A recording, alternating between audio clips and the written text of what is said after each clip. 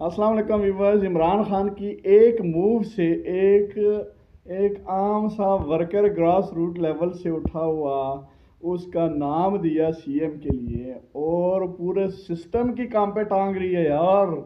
کیا بات ہے اس بندے کی یار، اندر جیل میں بیٹھا ہوا اس نے صرف ایک نام دیا اور پورا سسٹم ایسے تھر تھر کانپ رہا ہے۔ اور وہ عطا ٹٹر کو دیکھو اور باقی وزراء کو دیکھو، وہ جی علی امین گنڈا پور کے حق میں بولنا سریعام شروع ہو گئے ہیں۔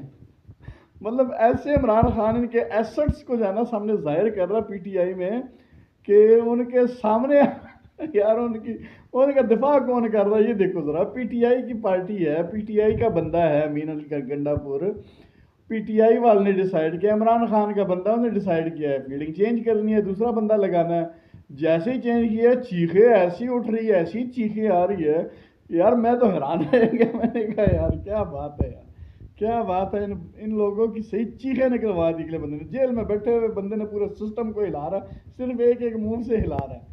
جیسے یہ کہ اسٹیبل تھوڑا سا سمجھتے کہ ہم ابھی کر لیں گے، ساتھ ہی زلزلہ آ جاتا ہے، عمران خان کے آرڈر آتا ہے تو ایسا زلزلہ آتا ہے کہ پورا سسٹم ہل جاتا ہے۔